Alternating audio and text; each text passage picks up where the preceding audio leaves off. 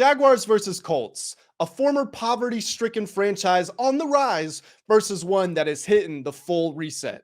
Hello, everybody. My name is Grant Mitchell, and I'm here giving full betting previews, insights, and analysis of every NFL 2023 Week 1 matchup. If you subscribe to the channel, you will also see that I'm coming out with daily sports betting content, including my 5 favorite picks of every NFL weekend throughout the entire season. So do me a favor, subscribe to the channel. We've got so much amazing content coming up in the future. And without further ado, let's talk some Jaguars Colts. Now, we have got an AFC South showdown to start off the new season. The Jaguars are one of the biggest favorites from a public betting perspective at the time that I am recording this video. And a lot of people, myself included, are expecting big things from this team. Let me just say straight up, I think the Jaguars could challenge for the number 1 seed in the AFC. Now, I'm not saying they're the best team in the AFC. Let's slow it down for a second. But if you look at their schedule, first of all, the AFC South is not good. They can easily go 6-0. That's 6 wins right there.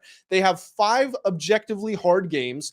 4 of them are at home. One of them is in London against the Bills, who have to play in London 2 weeks in a row. And we know London is like a second home for the Jaguars. So if they are able to win just 2, maybe even 3 of those hard games, all 6 of the divisional games, that's already 8 or 9 wins, and then you've got some easy ones on the rest of the schedule. This could be a season where the Jags win 12, 13, or 14 games if they fulfill the potential they showed. Now, that potential really started to reveal itself during the final 9 weeks of last season. The Jags won 7 of those last 9 games, including a 27-0 comeback against the Los Angeles Chargers in the playoffs, in what was Trevor Lawrence's first playoff game in his career, Dougie Peterson's first playoff game with the Jaguars. They showed tremendous grit. And what I loved the most about that game was late on the 4th down, where they run the formation from the 1800s and the 4th and 1, and they end up running for 20 or 30 yards. They get the first down, put themselves in position to kick the game-winning field goal.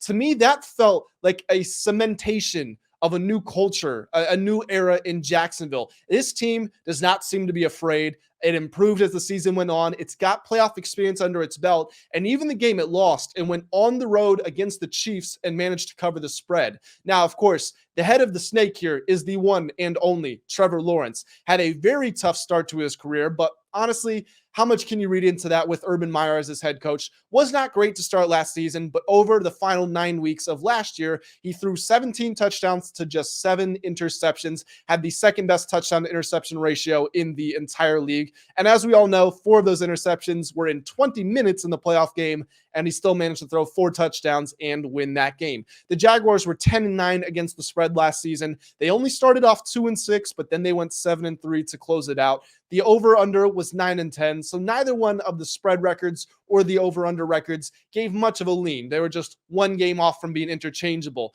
However, I will say the Jags were 7th in scoring differential last season. They scored a lot of points. They didn't give that many up. And I think this offense is going to be truly prolific this season, thanks to the addition of Calvin Ridley. Yes, he was away for last year, and he was away for a lot of the year before that. But here's the thing. He's not coming off of a devastating injury. He was only suspended for the whole gambling incident. He's been at home training. If you've seen any footage coming out of training camp, he looks a lot quicker and a lot more lively than Zay Jones and Christian Kirk and the other guys that Lawrence has been throwing to. And Christian Kirk last year, as the number 1 receiver, caught 1,100 yards and 8 touchdowns. I think Ridley will significantly outperform that. Now, the Colts, they are not in the same position the Jags are. They're probably somewhere where the Jags were about 2 years ago.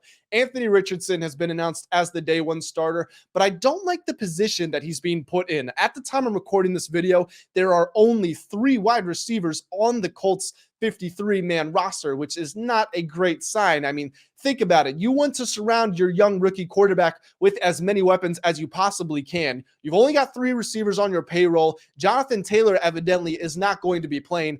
I just don't like that, especially in Richardson's case, because although he has a lot of promise and the physical tools and he fits the profile of a modern NFL quarterback, he really only played a year, maybe a year and a half if you're being generous, of college football. And during that time, he was splitting snaps with Emory Jones in a system which was heavy on the quarterback run. There is going to be a lot of growing pains. We saw it in his first preseason game where he threw an ugly interception. Richardson is going to make highlight plays, but he's also going to make a lot of boneheaded decisions, and it won't be his fault. It's all about gaining experience. But that's what it is at the end of the day. Gaining experience. I don't think the Colts are going to win a ton of games this season. If they do, however, and if they want to, I should say, Shane Steichen is one of the best resources that they can call upon. Steichen was instrumental in Justin Herbert's early success. He helped him win Rookie of the Year. Then he goes to the Eagles as their offensive coordinator, helps Jalen Hurts and company get to a Super Bowl. Will he be able to work his wonders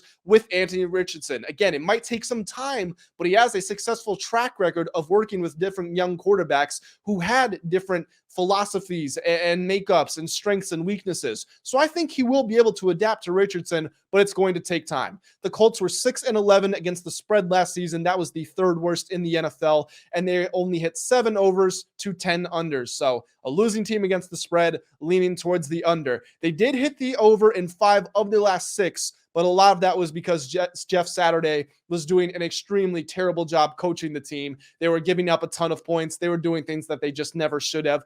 I don't think you're going to see a boom like that to start the season. The Colts have to be in it for the long haul. That's my final takeaway on them. But what is your final takeaway, guys? As you know, sometimes it's a good thing to fade the public, but the public is heavily backing the Jaguars in this matchup. Are you on the Colts side of the spread, or are you on the Jaguar side of the spread? Drop a comment. Let me know. Like the video if you did enjoy. Subscribe to the channel for more betting content, and I will see you all next time with my next betting preview.